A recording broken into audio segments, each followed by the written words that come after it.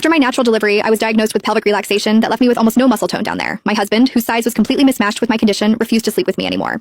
When my father-in-law found out, he cornered me in the bathroom with a dark, knowing look. He confessed to suffering from acromegaly and suggested we might be a perfect physical match. That evening, I made a point of putting on a pair of black sheer stockings, but my husband, Gordon Rudd, claimed that he had a lot to deal with at work, so he grabbed his pillow and went to the study. I was so upset that I was on the verge of tears.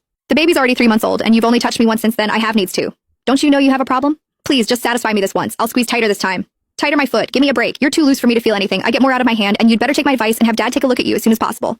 As he walked away without hesitation, I could no longer hold back my tears.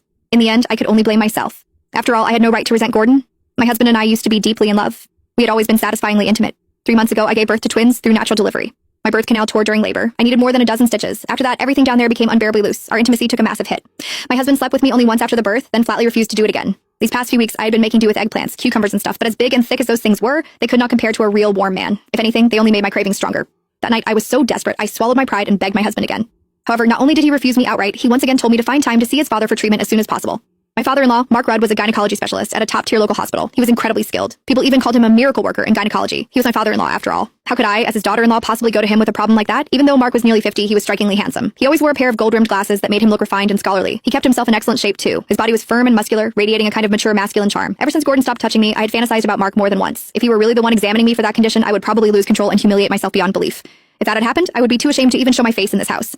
While I was lost in my tangled thoughts, the sounds of intimacy drifted faintly through my in-laws' room next door. The noises were unmistakably heated. It was obvious that Mark had Janet pinned beneath him. He was thrusting hard. As Janet's breathless gasps and soft moans continued through the wall, I actually found myself feeling envious and jealous. If only I were the one underneath Mark. The thought sent what was left of my smoldering desire roaring back to life and burning hotter than ever. I could not help squeezing my thighs together and rubbing them against each other for friction. Just then, raised voices suddenly came from the room next door. Janet was loudly protesting. Mark's voice followed. He was coaxing her. I was stunned. Apparently, Mark was so vigorous that Janet could not handle it anymore. She refused to continue no matter how much he lowered his voice and begged her. You're enormous, and you go on for over an hour every time. If you really want it that badly, go find a prostitute. God, over an hour. That must feel incredible. Some people were dying of thirst while others drowned. Mark's size and stamina were astonishing, yet Janet treated it like a burden. Meanwhile, I was empty and aching with need, yet Gordon would rather take care of himself than touch me even once. The world really was not fair. With a sigh, I climbed out of bed and padded miserably to the guest bathroom in the living room. Standing in front of the mirror, I looked at myself. My skin was fair and smooth. I had a body with curves that turned heads. Anyone who saw me would call me a beauty. Yet, despite my perfect appearance, my husband paid no attention. I was left to rely on myself. I stood in front of the mirror, lifted one leg, and bit my lip. I started pleasuring myself.